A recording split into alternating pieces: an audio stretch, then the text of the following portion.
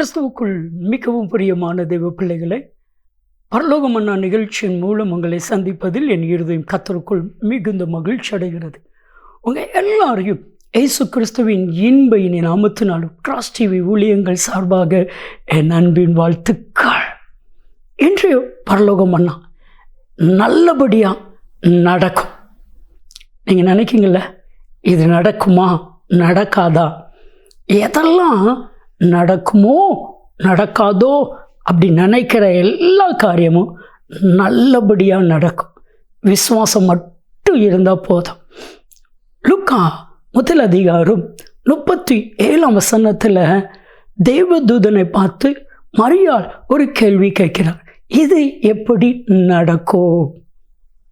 நான் என் புருஷனை அறியலை, ஆனால் குழந்தை வரும் அப்படின்னு சொல்கிறீங்களே, இது எப்படி நடக்கும்? ஆகையால் வேதம் சொல்லுது, தேவனால் எல்லாம் கூடும். என் அன்பு தெய்வ பிள்ளைகளே, உங்கள் வாழ்க்கையில் ஒரு கேள்வி, இது எப்படி நடக்கும்? எல்லாம் நல்லபடியாக நடக்கும். விசுவாசிங்க, விசுவாசித்தபடியே நடக்கும்.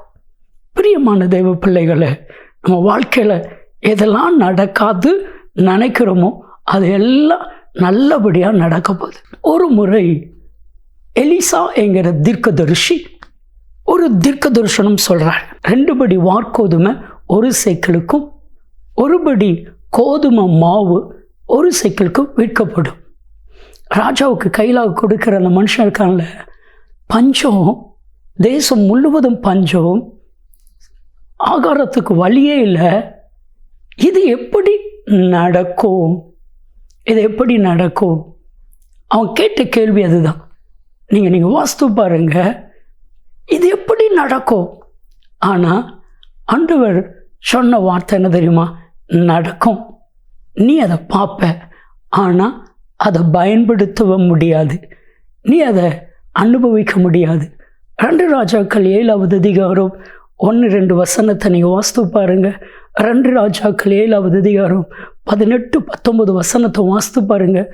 நடந்தது, தேவ மனிதன் சொன்னபடி நடந்தது.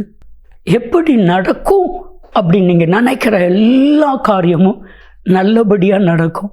ஒரே ஒரு காரியம்தான், விசுவாசம்.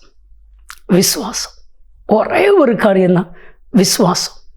வேதத்தில் ஒரு சம்பவம், மார்க்கு 9வது அதிகாரம் 21, 22, 23 வசனங்களை நீங்கள் வாஸ்து பார்த்தா, சீசர்களால் அந்த பிசாசை விரட்ட முடியலை, சீசர்களால் அந்த காரியம் நடக்கலை.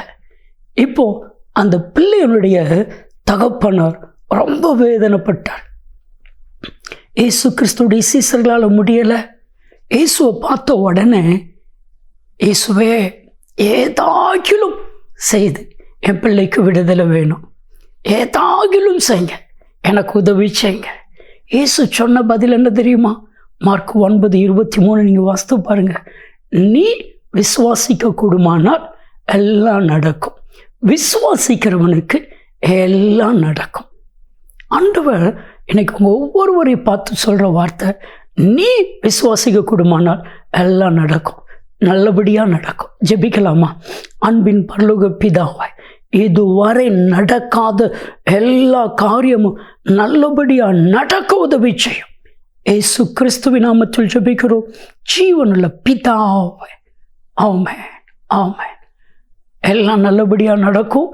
நன்மையும் கிருபையும் ஆசீர்வாதங்களும் நிச்சயமாய் உங்களை தொடரும்.